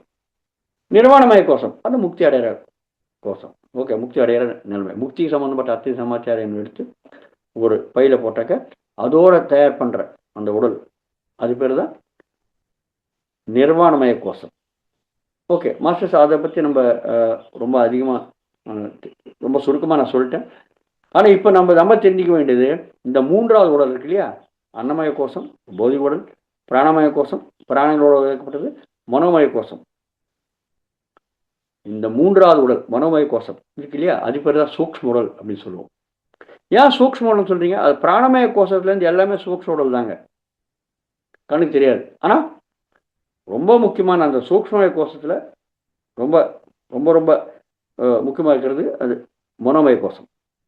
அது பேர் தான் சூக்ஷ்ம உடல், ஆஸ்ட்ரல் பாடி அப்படின்னு சொல்லுவோம். அது எப்படி இருக்கும்? அது எப்படி இருக்கும்? அதில் நாடிகள் இருக்கும். நாடிகள்லாம் எப்படி இருக்கும்? இப்போ பௌதிக உடலில் நம்ம சக்தி ஓட்டம் எப்படி ஓடுறது? நம்ம ரத்த நாளங்களில் ரத்தம் போகிறதுனால தான் சக்தி ஓட்டம் ஓடுறது இல்லையா. ரத்தம் எந்த இடத்துல ரத்தம் போடலையோ அந்த இடத்துல அந்த பாகம் சரியாக யூஸ் ஆகாது.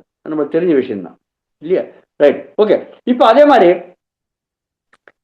சூலமாக இருக்கிறது நம்மளுக்கு வேலை பண்ணோன்னாக்கா சூக்ஷ்மமாக இருக்கிறது வேலை பண்ணதான் அங்கேருந்து தான் நம்மளுக்கு இந்த ஆற்றல் நம்மளுக்கு டிரான்ஸ்ஃபர் ஆகுது, மாற்றம் ஏற்படுறது. ஸோ சூக்ஷ்ம உடல்ல மனோமய கோஷத்துல அதுல இருக்கிறது நாடிகள். அந்த நாடிகள் இப்படி இருக்க சூழ உடல்ல எப்படி ரத்த ஓட்டம் நம்மளுக்கு நாளங்கள் மூலியமா போறதோ அதே மாதிரி சூக்ஷ்ம உடல்ல இருக்கிற நாளங்கள் பேரு நாடிகள். அதுல என்ன வரும்? அதுல சக்தி ஓட்டம் தான் வரும், ஆற்றல் தான் வரும். அந்த ஆற்றல் எப்போ வரும்? நம்ம ஆழ்ந்த தூக்க நிலைமையில இருக்கும்போது தான் அந்த ஆற்றல் வரும். அது பேர் தான் விசக்திங்க. அது எப்போ வரும்? எப்படி வரும்? இந்த பிரம்மரந்திரம் வழியா. நம்மளுக்கு 72,000 முக்கியமான நாடிகள் இருக்கு. அது வழியா சக்தி ஓட்டம் ஓடும். அந்த 72,000 நாடிகள் முக்கியமாக சொல்ல போனால் இந்த கை விரல்கள், இதை பற்றி நம்ம ஏற்கனவே தெரிஞ்சுக்கணும். இந்த கை விரல்கள்லேருந்து 18,000 நாடிகள், இந்த கை விரல்லேருந்து 18,000 நாடிகள், அதே மாதிரி கால் விரல் இடது காலிலேருந்து 18,000 நாடிகள், வலது காலிலேருந்து 18,000 நாடிகள், விரல்கள்லேருந்து 18,000 36 கீழே காலிலேருந்து 36,000. ஸோ 36 72,000 நாடிகள். இந்த 72,000 நாடிகள் இடது பக்கத்துலேருந்து வர்றது எல்லாமே வலது பக்கம் போகும், வலது பக்கத்துலேருந்து வர்ற எல்லா நாடிகளும் இடது பக்கம் போகும். ஜிக்ஜாக் கிராஸ் பண்ணி போயிட்டே இருக்கும். பார்த்தீங்களா? இதுதான் சூக்ஷ்ம உடல். இந்த நாடிகளை தான் சக்தி ஓட்டம், ஆற்றல் ஓடும். எப்போ தேவை? எப்போ ஓடும்? ஆழ்ந்த தூக்க நிலைமை இருக்கும்போது இல்லையா. நீங்கள் விரும்பினாலும் விரும்பாக்காட்டியும் உங்களுக்கு வரப்படும். ஸோ இது முக்கியமான நாடிகள். நீங்கள் பார்த்தீங்கன்னா கிட்டத்தட்ட 2 கோடி 72 லட்சத்துக்கு மேலே நாடிகள் இருக்கு. ஆனால் முக்கியமான நாடிகள் நம்ம சொல்கிறோம். ஏன் இந்த முக்கியமான நாடிகள்? இந்த 72,000 நாடிகள் நம்ம முதுகெலும்பு ஒட்டி போவோங்க.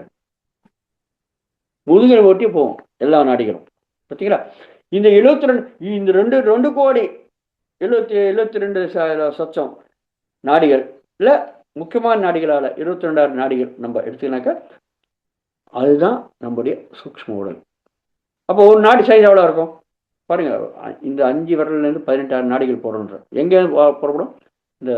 இந்த நகை மோனம் இருக்கு இல்லையா, அங்கேருந்து புறப்படும். அங்கேருந்து புறப்படுற இந்த நாடிகள் எங்கே போய் சேரும்? வலது பக்கம் போய் சேரும். இடது பக்கம் போகிறது வலது பக்கம். ஸோ 18,000 நாடிகள்னாக்க ஒரு விரல்லேருந்து எவ்வளோ? 18,000 / 5. ஸோ 3,600 நாடிகள், 3,500 நாடிகள். 3,500 நாடிகள் இந்த இடத்துல போகிறதுங்க. இந்த மொனலேருந்து போடுது. அப்போ எவ்வளோ சைஸ் இருக்கும் ஒரு நாடி?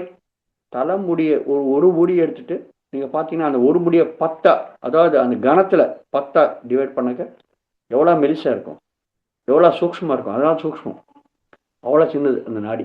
அதனால கணக்கு தெரியாது. சூக்ஷ்மம்னாக்கா கணக்கு தெரியாது. ஸோ இந்த மாதிரி நாடிகள் வழியா நம்மளுக்கு சக்தி போகும். இது நாடிகள்லாம் பிரம்மரந்தத்துலேருந்து இந்த சக்தி வந்து நம்ம சூக்ஷ்ம உடல் மனோமய உடல் சொன்ன இல்லையா, அந்த முதுகெலும்பு வழியா வந்து நம்முடைய உடம்பு ஃபுல்லா அது பரவி போறது. அதுதான் மூலமான சக்தி நம்மளுக்கு வருது. அது எப்போ வரும்? நம்மளுக்கு ஆழ்ந்த நன்மை வருது. ஆனா அது ஏன் பத்த மாட்டேன்றது? அது ஏன் பத்த மாட்டேன்றக்க நம்ம சூக்ஷ்ம உடல்ல நம்ம பண்ற மாஸ்டர் இது பெரிய சப்ஜெக்ட். இது நான் ரொம்ப சுருக்கமாக சொல்லிடுறேன். சூக்ஷ்ம உடல்ல சில நம்ம நாடிகளில் சில அடைப்பு ஏற்படுங்க. அந்த அடைப்புக்கு காரணம் என்ன? அந்த அடைப்புக்கு காரணம் இருந்தாக்க நம்ம பண்ணுற கெட்ட கர்மாக்கள் தாங்க. அதுதான் நம்மளுக்கு வியாதி ரூபத்தில் வருது. பார்த்தீங்களா? ஸோ இந்த அடைப்புகள் எப்போ எந்தெந்த இடத்துல அந்த நாடிகளில் எந்தெந்த அடைப்பு, அந்த அடைப்பு எப்படி வருது அப்படின்னாக்க நம்ம பண்ணுற கெட்ட கர்மாக்குடைய வினை. அது எப்படி நம்ம சூக்ஷ்ம உடலில் வருது? அது சூக்ஷ்ம உடல்ல சித்தம்ன்ற இடத்துல பதிவாய். சித்தமானாக்க நம்முடைய கர்மாவுடைய எல்லா வினைகளும் கர்மாவுடைய பலன்கள் அத்தனையுமே அந்த சித்தத்தில் பதிவாயிருக்கும். அந்த சித்தம் இந்த சூக்ஷ்ம உடல்ல இருக்கும். இப்போ என்ன ஆகும்? சூழ உடல் ஒவ்வொரு பிறவிலும் மாறிட்டே இருக்கும். மிச்சம் இருக்கிற 6 உடல்கள் எத்தனை பிறவி எடுத்தாலும் மாறாத வரும்.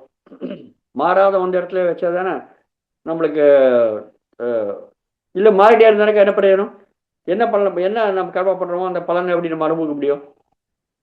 மாறிட்டே இருக்கும் இல்லையா? ஸோ ஒவ்வொரு பிறவிலும் நம்ம சோழ உடல் மாறிட்டே இருக்கும். மிச்சம் இருக்கிற 6 உடல்கள் மாறவே மாறாது. அதனால் நம்ம என்ன கர்மம் பண்ணுறோமோ அந்தந்த நிறைய பிறகு படுத்திருக்கோம். ஒவ்வொரு பிறகு நிறைய கர்மங்கள் பண்ணுறோம். சில கர்மக்களை அனுபவிச்சிடும். அனுபவிக்காத இருக்கிற கர்மக்கள் என்ன ஆகும், அந்த சித்தத்தில் பதிவாகி அந்த சித்தம் சூக்ஷ்மோடில் இருந்து அந்த சூக்ஷ்மோட மாறாத வரும் எத்தனை பிறகு எடுத்தாலும். அப்போ இந்த பிறகு அனுபவிக்கிறது போக நீ அடுத்த பிறவில நம்ம வேற இடத்துல வேற நிலைமையில வேற உருவத்தில் நம்ம ஸ்தூல உடல் எடுத்துக்கினாக்க மாறாத ஒரு சூக்ஷ்ம உடலில் அந்த கர்மாவுடைய சேஷங்கள் இருக்கிறதுனால அந்த சூக்ஷ்ம உடல் அந்த ஸ்தூல உடலில் போய் அடங்கி அந்த கர்மாவுடைய பலன்கள் சித்த மூலியமா ஸ்தூல உடல் கொடுக்கும். இதாங்க நடக்கிறது. Okay master. ஸோ கெட்ட கர்மா நீங்கள் பண்ணீங்கன்னாக்கா என்ன ஆகும், அந்த பலன் நம்ம தான் அனுபவிச்சானோம். நம்ம என்ன பண்ணுறோமோ நம்ம தான் அனுபவிச்சணும். அந்த கர்மாவுடைய பலன் நம்ம சூக்ஷ்ம உடலில் அடைப்பாக ஏற்படுங்க. அதுதான் வியாதி. மாஸ்டர்ஸ் நீங்கள் பார்த்தீங்கன்னாக்கா நம்முடைய ஸ்தூல உடல், நம்ம ஸ்தூல உடல் ஒரு டூப்ளிகேட் காப்பி. மிச்சம் இருக்கிற 6 உடல்கள் இல்லை, முக்கியமாக சொல்ல போனால் சூக்ஷ்ம உடல் ஒரிஜினல். பார்த்தீங்களா, ஒரிஜினல் எப்படி இருக்கோ டூப்ளிகேட் காப்பியா. டூப்ளிகேட் கண்ணுக்கு தெரியுது, ஜெராக்ஸ் காப்பி கண்ணுக்கு தெரியுது, ஆனால் ஒரிஜினல் கண்ணுக்கு தெரியல. சூக்ஷ்மம் இல்லையா? ஸோ அது எப்படி இருக்கோ இது அப்படி இருக்கும். ஸோ நம்ம பண்ணுற கெட்ட காரியங்கள், கெட்ட கர்மாவுடைய வினைகள் நம்ம சூக்ஷ்ம உடலில் அடைப்பாக மாறிடும். அந்த அடைப்பு தான் வியாதி. அது சோழ உடல் நம்ம எந்த உருவத்தில் நம்ம எந்த பிறகு நம்ம எந்த சோழ எடுக்கிறோமோ அந்த சோழ உடலுக்கு அதை மாற்றப்படும்.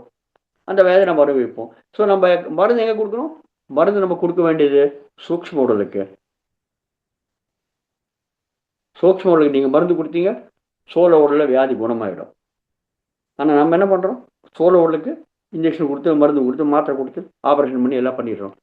ஆனால் சூக்ஷ்ம உடல் இருக்கிறது மாறல. அதனால தான் என்ன பண்ணாலும் உங்களுக்கு ரியாக்ஷன் தான் அதிகமாக வருது. இதெல்லாம் பண்ணாக்க ரியல் ஆக்ஷனோட ரியாக்ஷன் அதிகமாக வருது. ஸோ ரியல் ஆக்ஷன் வரணும்னு என்ன பண்ணணும், சூக்ஷ்ம உடலில் இருக்கிற அடைப்பை நீங்கள் சுத்தப்படுத்தணும், தூய்மைப்படுத்தணும். அது எப்படி நடக்கும், அது ஜான வழி தான் நடக்குங்க. அவ்வளோதாங்க. ஸோ தியானம் பண்ணும்போது நம்மளுக்கு பிரத்யேகமான ஆகாரம், ஸ்பெஷல் ஃபுட்டு எதிர் முறையில் கிடைக்கிறது. இப்படி சாப்பிட்றது கிடையாதுங்க. இப்படி சாப்பிட்றது நேர்முறை உணவு. இப்படி வருது நம்மளுக்கு, பார்த்தீங்களா, எதிர்முறையாக வருது. இங்கே சாப்பிட்றது டைரெக்டாக வயிற்றுக்குள்ளே போகிறது, இங்கே வருது நாடிக்குள்ளே போகிறது. அதுதான் ஒரிஜினல். டூப்ளிகேட்டு சொன்னேன். ஸோ நம்ம எப்போ நம்ம தியானம் பண்ணுறோமோ, தியான நிலைமைக்கு என்னென்ன உடல் சார்ந்தம், மனம் சார்ந்தம், புத்தி சார்ந்தம். இது ரொம்ப ரொம்ப இம்பார்ட்டண்ட்டு. இப்போ நம்ம உடல் சார்ந்தப்படுத்தியாச்சு, மனம் சார்ந்தப்படுத்தியாச்சு, புத்தி சார்ந்தப்படுத்தியாச்சு, எல்லாமே சார்ந்தமாக இருக்கும்போது நம்மளுக்கு எதிர்முறை உணவு நம்மளுக்கு நம்முடைய சூக்ஷ்ம உடல் அது எடுத்துக்கும் விஸ்வசக்தி. பார்த்தீங்களா, நம்ம நேர்முறையாக சாப்பிட்ற அந்த சாப்பாடுனால என்ன வருது, சக்தி தானே வருது. போதை உடலுக்கும் மனதுக்கும் புத்திக்கும் சக்தி தானே வருது, வேற என்ன வருது. ஆனால் இந்த எதிர்மறை சக்தியின் ஆற்றனால கூட நம்மளுக்கு சக்தி வர்றது. எங்கே யார் எடுத்துக்கிறாங்க, நம்ம சூக்ஷ்ம எடுத்துக்கிறது. இது எதிர்முறையாக வர்றதுக்கான தெரியல. அதனால்தான் பிரத்யேகமான உணவு, பிரத்யாகாரம். பார்த்தீங்களா, எதிர்முறையாக வர்றது. இதெல்லாம் என்ன நடக்கிறது, இதெல்லாம் நடக்கிறது என்னன்னாக்க நம்ம உடம்புல இருக்கிற சூக்ஷ்ம உடலில் இருக்கிற முக்கியமான அந்த அடைப்புகள் ரொம்ப ஃபோர்ஸாக வரும். அந்த சக்தி, அந்த அடைப்புகள் சுத்திகரிக்கப்படுறது, தூய்மையாக்கப்படுறது. பார்த்தீங்களா, அது தூய்மையாகும் போது என்ன ஆகும், அது தூய்மையாகும் போது ஆப்ரேஷன் நடக்குது. ஆப்ரேஷன் பண்ண என்ன ஆகுங்க, போதிகமாக நீங்கள் ஆப்ரேஷன் பண்ணுங்க, என்ன ஆகும், வெளிக்காத கத்தி எடுத்து கட் பண்ணுவாங்க இல்லையா. என்ன பண்ணுவாங்க, கத்தி எடுத்து கட் பண்ணுவாங்க இல்லையா, ஆஞ்சியோகிராஃபி எல்லாம் பண்ணாங்க. அந்த டியூப் எடுத்து இருக்கிற அந்த அசுத்தத்தை, அடைப்பு தானே, எல்லாத்தையும் கழுவி வெளியே எடுத்துடுறாங்க. கம்ப்ளீட்டாக இல்லையா, பௌதிகமாக பண்ணுறோம். அப்போ நம்மளுக்கு வெளிக்கும். அனஸ்தீசியா கொடுக்குறாங்க, மயக்க மருந்து கொடுக்குறாங்க, அதெல்லாம் பண்ணிடுறாங்க. ஓகே, மயக்கம் தெளிஞ்ச பிறகு என்ன ஆகுது, வெளியே உடனே போயிடுமா? அந்த சமயத்தில் மயக்கம் மருந்து கொடுத்தனால நம்மளுக்கு ஒன்றும் தெரியல. ஆனால் மயக்கம் தெளிஞ்ச பிறகு வெளியே அதிகமாகும். அப்போ பெயின் கில்லர் கொடுக்குறாங்க. அதுவே சமயம் அதெல்லாம் எங்கே வேலை பண்ணுறதுங்க? இந்த மயக்க மருந்து, இந்த மாத்திரை, இந்த பெயின் கில்லர்ஸ் எங்கே வேலை பண்ணுறது? மனோமய உடலில் வேலை பண்ணுறதுங்க. பார்த்தீங்களா, அங்கே டெம்பரரியாக உங்களுக்கு ரிலீஃப் கிடைக்கிறது. அதுதான் நடக்கிறது ஆக்சுவலாக. ஆனால் அது சாஸ்திரமாக இல்லை, டெம்பரரியாக நடக்கிறது. எப்போ நம்ம தியானத்தில் உட்காந்து உடலை மனதை புத்தியை சாந்தப்படுத்திட்டோமோ அப்போ நம்மளுக்கு எதிர்முறையாக நம்மளுக்கு ஆற்றல் வரும், விஸ்வசக்தி. அந்த சக்தி நம்ம சூக்ஷ்ம உடல் தான் சக்தி வரும். அங்கே தான் இங்கே டிரான்ஸ்ஃபர் ஆகும்னு சொன்னேன் நான் இல்லையா? சூக்ஷ்மத்தில் இருந்தால் நாடிகளில் இருக்க ஆற்றல் தான் நம்மளுக்கு டிரான்ஸ்ஃபர் ஆகும். அதுதான் மூலமான சக்தி. அதுதான் சுவாசத்தில் அது வருது. அப்புறம் திருப்பி எல்லாம் நடக்கிறது. ஸோ அங்கேருந்து வந்த அந்த எதிர்முறை மூலியமாக வர்ற அந்த விஸ்வசக்தி நம்ம சூக்ஷ்ம உடல் எடுத்துக்கிட்டு, அது எடுக்கும்போது நம்முடைய உடம்புல இருக்கிற அந்த அசுத்தங்கள், உடம்புல அசுத்தங்கள்னு சூக்ஷ்ம உடலில் இருக்கிற அந்த அடைப்புகள் க்ளீன் ஆக ஆரம்பிக்கும். ரொம்ப ஃபோர்ஸாக வரும். அது க்ளீன் ஆகும்போது நம்மளுக்கு ரொம்ப அதிகமாக பெயின்ஸ் வர ஆரம்பிக்கும், வெளிகள். என்ன நடக்கிறதுனாக்கா நம்ம உடம்புல இருக்கிற அந்த வியாதிகள் குணமாகுதுங்க. அதனால்தான் முதல்ல நம்ம தியானத்தில் உட்காந்து தியான நிலைமைக்கு, தியான நிலைமைன்னா எண்ணமற்ற நிலைமை, அந்த நிலைமைக்கு நீங்கள் போனீங்கன்னாக்க நம்மளுக்கு நம்முடைய சூக்ஷ்ம உடல் விஸ்வசக்தி எடுக்க ஆரம்பிச்சிடும்.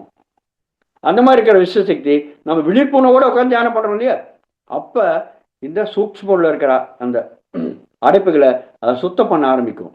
அதை சுத்தம் ஏதாவது சுத்தம் பண்ணும்போது வெளிக்கும் இல்லையா? ஆனால் இந்த சூக்ஷ்ம உடலில் இருக்கிற அந்த அடைப்புகள் சுத்தம் பண்ணும்போது நம்மளுக்கு வெளி வரும், பெயின்ஸ் வரும். அதை நம்ம தாங்கிக்கணும். எனக்கு நம்மளுக்கு குணமாகுது ஆட்டோமேட்டிக்காக. ஒரு பைசா செலவு இல்லாத, ஒரு மாத்திரை இல்லாத, ஒரு மருந்து இல்லாத, ஒரு ஆப்ரேஷன் இல்லாத, ஒரு சிரப் சாப்பிடாத, ஆட்டோமேட்டிக்காக விசக்தி வந்து க்ளீன் பண்ணுறது. அந்த வெளிகள் நம்ம தாங்கிக்கணும், கண்கள் தரக்கூடாது. அதான் வர்ற முதல் அனுபவம் மாஸ்டர்ஸ் தியானத்தில். பார்த்தீங்களா, பௌதிக உடல்ல நம்மளுக்கு வெளிகள் வர ஆரம்பிச்சிடும். ஏன்னா சூக்ஷ்ம உடல்ல அந்த அடைப்புகள் சுத்தமாகுது. நாடிகளில் கண்ணை தரக்கூடாது. கண்ணை திறந்தா என்ன ஆகும்?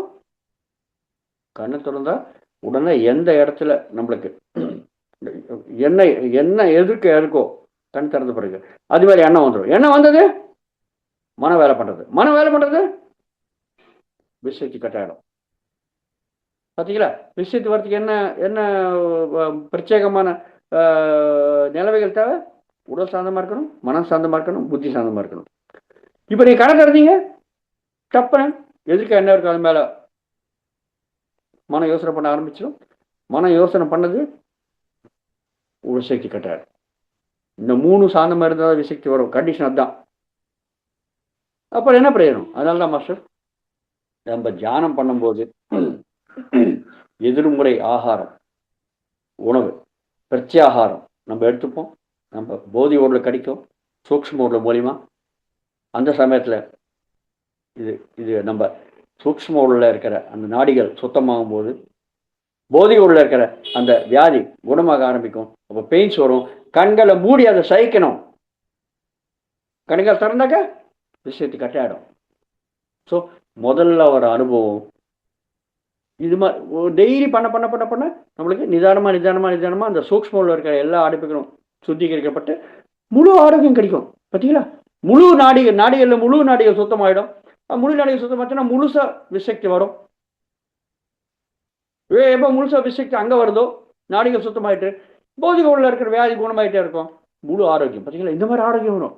ஆரோக்கியம் வரத்துக்கு நம்ம என்ன பண்ணுறோம்? பௌதிகமாக இப்படி சாப்பிட்றோம் உணவை, திரவ வாயு பதார்த்தங்களை. ஆனால் சூக்ஷ்மமாக இப்படி வர்றது உணவு விசக்தி மூலிமா. அதுதான் எதிர்முறை உணவு, பிரத்யேகமான உணவு, பிரத்யாகாரம். இந்த மாதிரி வர்ற உணவுனால நம்மளுக்கு முழு ஆரோக்கியம் கிடைக்கும். சரிங்களா? இந்த பாருங்க, இந்த லாபம் நம்மளுக்கு. ஸோ பௌதிக உடலுக்கு இந்த மாதிரி எதிர்முறை உணவு வந்து நம்ம வியாதிகளை குணப்படுத்துறது. அதனால கண்களை மூடி நம்ம அந்த வெளிகள் தாங்கிக்கணும். இது யார் சொல்றோம்? முதல்ல வர அனுபவம் தாங்க. நிறைய பேர் உட்கார்ந்துருப்பாங்க, ஐயோ எக்கச்சக்கமாக பெயின்ஸ் வருது. ஏங்க பெயின் எங்கே வருது? பெயின் வருது நம்மளுக்கு வெளி வருதுனாக்கா அதே சூக்ஷ்ம உடலில் அந்த இடத்துல நாடிகள் அடைப்பு இருக்குன்னு அர்த்தம். ஓகே, ஸோ அந்த இடத்துல சூழ உடலில் பெயின் வர ஆரம்பிச்சிடும். ஏன்னா சுத்தப்படுத்துறது. அந்த மாதிரி இருக்கும்போது நம்ம கண்ணை திறந்தோம்னாக்கா விஷயத்தை கட்டாயிடும். ஓகே, ஐயோ ரொம்ப அதிகமாக நம்மளுக்கு பெயின் வருது அப்படின்னு கண்ணை திறந்துடுவாங்க. அதனால தான் இந்த சொல்கிறது, இந்த அனுபவம் வரும்போது கண்ணை தரக்கூடாதுங்க. என்ன ஆக போகிறது? என்ன ஆக போகிறதுங்க? யாரோ வந்து கத்தி எடுத்து கட் பண்ணிடுறாங்களா? ஒன்றும் கட் பண்ணலையே, ஒன்றும் ஆலையே. நம்ம ஜாலியாக ஏசி ரூமுக்குள்ளே உட்காந்தோ இல்லை ஃபேனுக்குள்ளே உட்காந்தோ அமைதியாக உட்காந்து கண்களை மூடி தியானம் பண்ணுறோம்.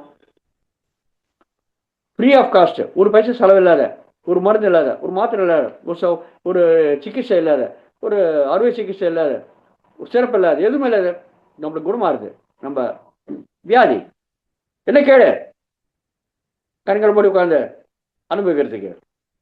ஆனால் மாஸ்டர் இது ரொம்ப கொடுமையாக இருக்கும் அனுபவிக்கிறதுக்கு. ஏன் தெரியுமா? நம்ம தானே கெட்ட கர்மம் பண்ணோம். அந்த கெட்ட கர்மாவுடைய வெளியே நம்ம தான் அனுபவிக்கணும். ஒரு சின்ன உதாரணம் சொன்ன புரியும்.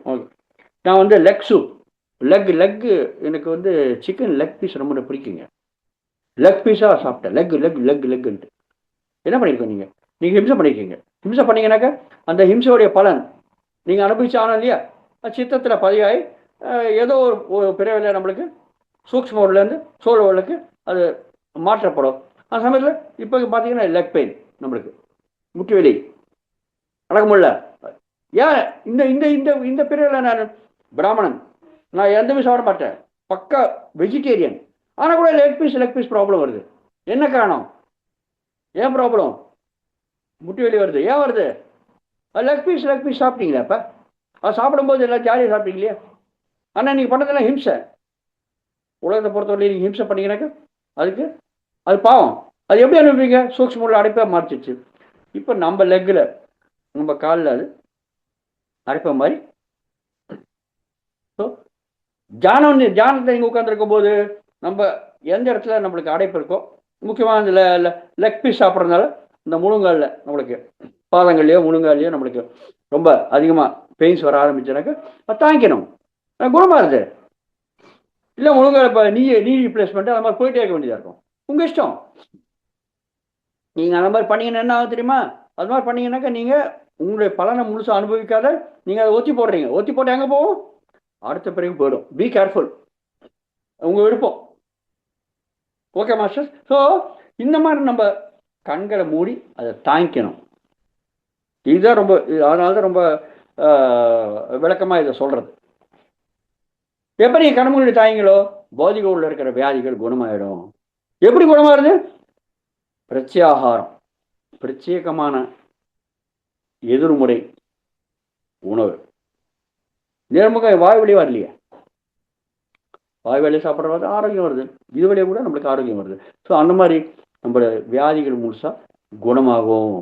ஆனால் அதுக்கு பொறுமை தேவை. அதனால தான் கண்களை மூடி பொறுமையாக நீங்கள் இதை பண்ணணும். கண்கள் ஐயோ இதோ வெளியே வருது திறந்துட்டீங்க பிரயோஜனம் கிடையாது. ஸோ முதல்ல ஒரு அனுபவம் இதுதான்.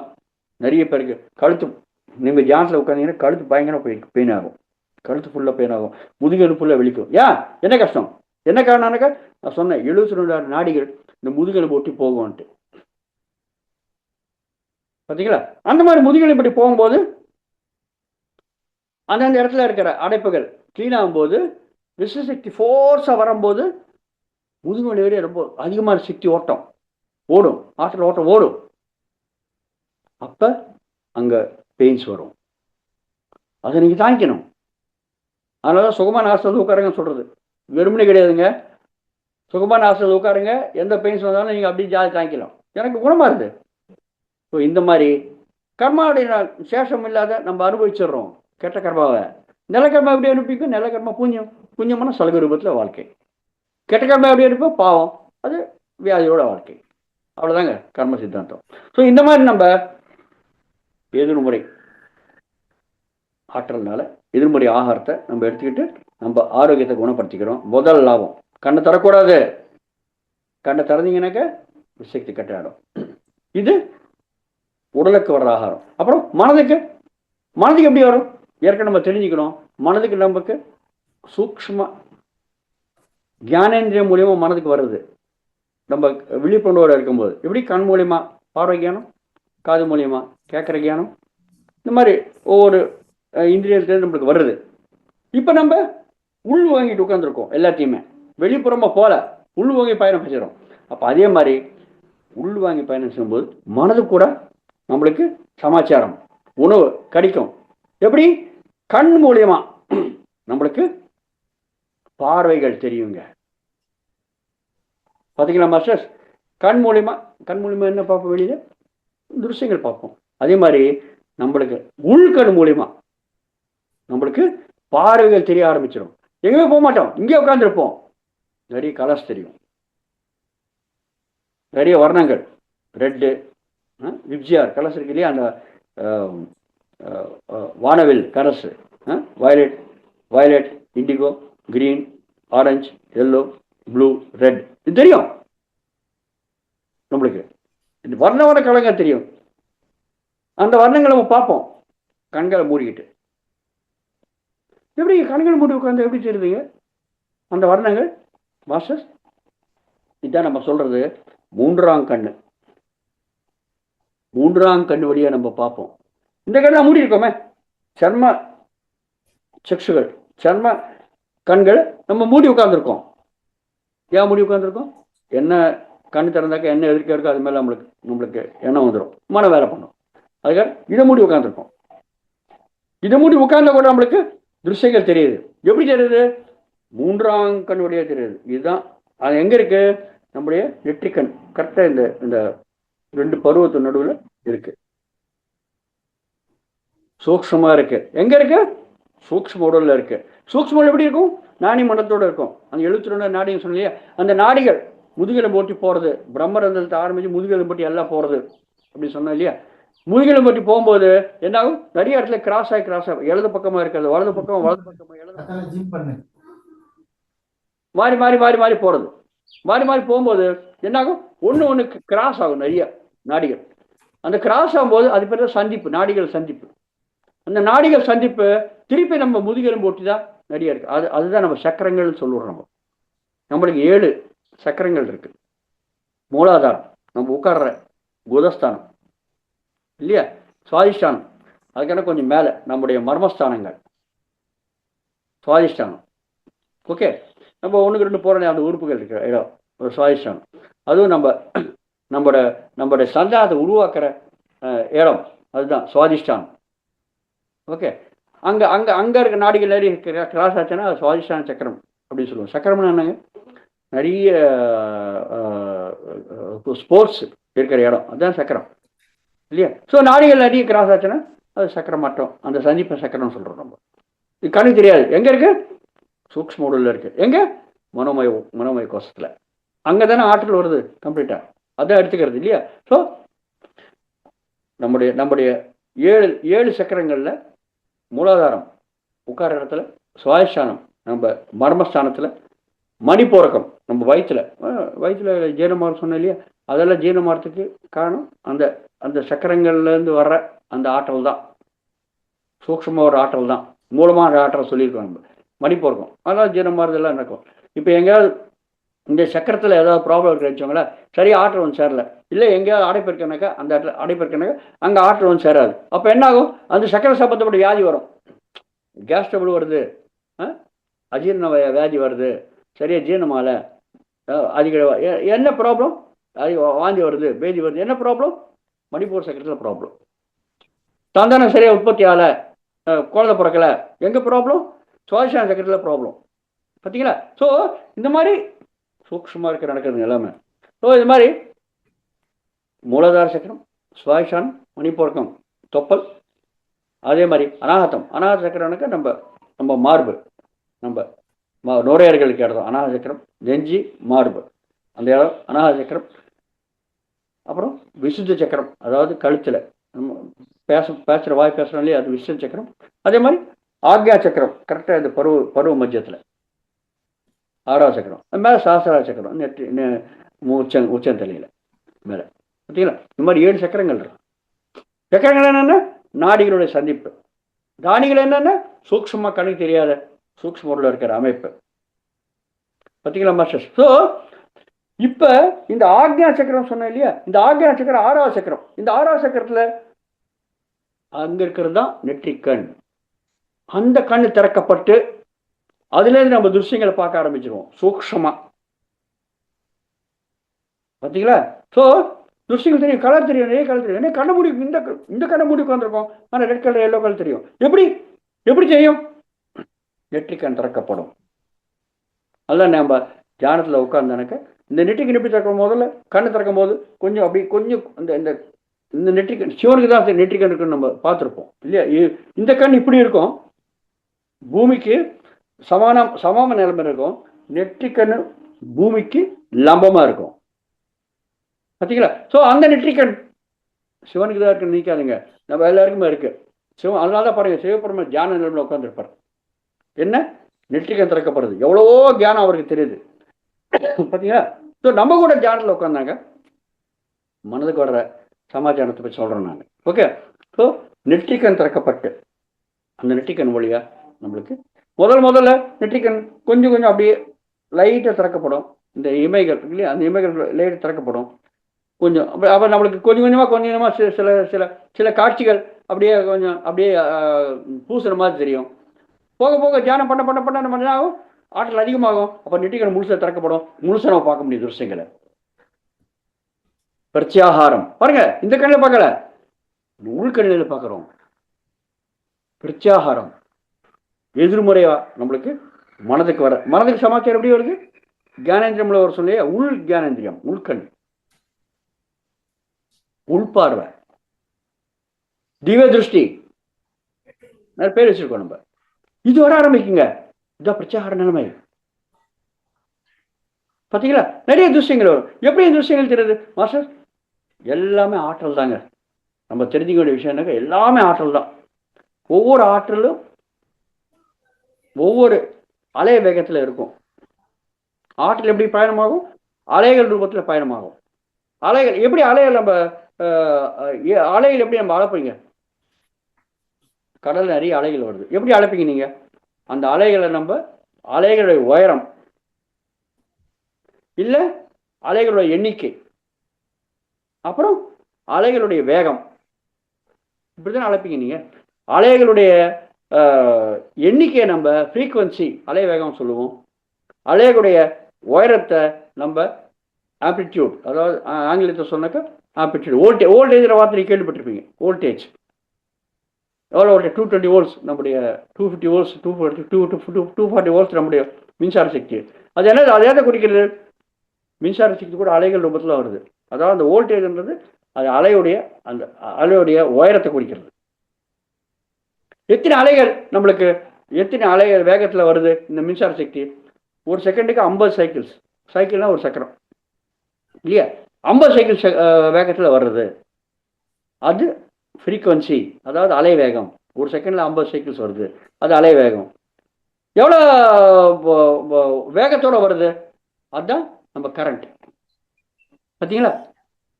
ஸோ அதே மாதிரி நம்ம தியானம் பண்ணும்போது நம்முடைய அலை வேகம் அதிகமாக ஆரம்பிக்கும்.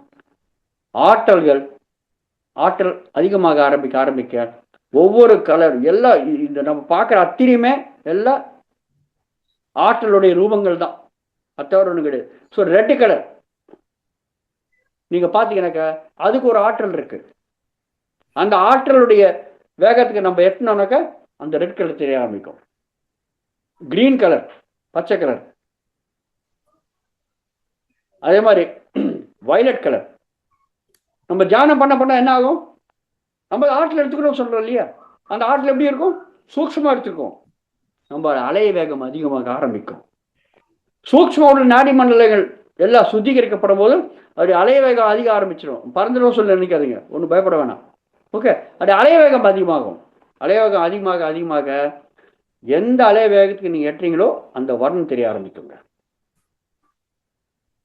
அந்த தியானத்தில் உட்கார்ந்தனக்க முதல்ல தியானத்தில் உட்காந்தாக்க நிறைய பேருக்கு உடம்பு ரொம்ப பலுவாயிடும். பலுவாச்சுன்னு அர்த்தம் என்ன? நிறைய மாத்திரை விஷசக்தி எடுத்துக்கிறீங்க பார்த்தீங்களா உடலுக்கு. அதே மாதிரி உடம்பு ரொம்ப லைட் ஆகிடும், காற்றுல பறக்கிற மாதிரி இருக்கும். என்ன நடக்கிறது? அதிகமான உள்ள விஷயத்தை எடுத்தாக்க நம்ம சூக்ஷ்மோடில் ஃபுல்லாக சார்ஜ் ஆகிட்டு சூக்ஷ்மோடில் வெளில பறக்கிற மாதிரி. அதாவது கனவுல எப்படி நம்ம போகிறோம், கனவுல நம்மளுக்கு வர்ற அனுபவம் மனதோட தான் வருது இல்லையா? ஸோ மனோமய உடல் வெளில வந்துச்சுனாக்கா ரொம்ப லைட் ஆகிடுவோம் நம்ம. இன்னும் தியானம் பண்ண பண்ண பண்ண நெற்றிக்கண் திறக்கப்படும். நெற்றிக்கண் வழியா நம்ம இன்னும் தியானம் பண்ண பண்ண நம்முடைய ஆற்றல் அதிகமாகி நம்ம அலைவேகள் அங்கே அதிகமாகி சூக்ஷ்ம கண் வழியா நம்ம நிறைய திருஷ்யங்கள் பார்க்க ஆரம்பிப்போங்க. நிறைய கலாச வர்ணங்கள், நிறைய வர்ணங்கள் பார்க்க ஆரம்பிப்போம் பார்த்தீங்களா?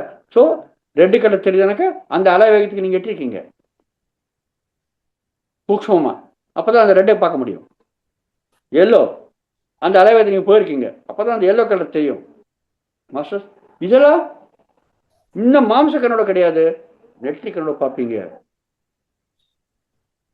எதிர்முறையா பார்க்குற திருஷ்யங்கள், எதிர்முறை ஆகாரம் கிடைக்கிறது கண்களுக்கு பார்த்தீங்களா? பிரத்யாகாரம், பிரத்யேகமான ஆகாரம், எதிர்முறை ஆகாரம். பிரத்யேகன்னு எதிர்முறை ஆகாரமான உணவு மனதுக்கு கிடைக்கிறது இல்லையா? கண் பார்க்குறீங்களே,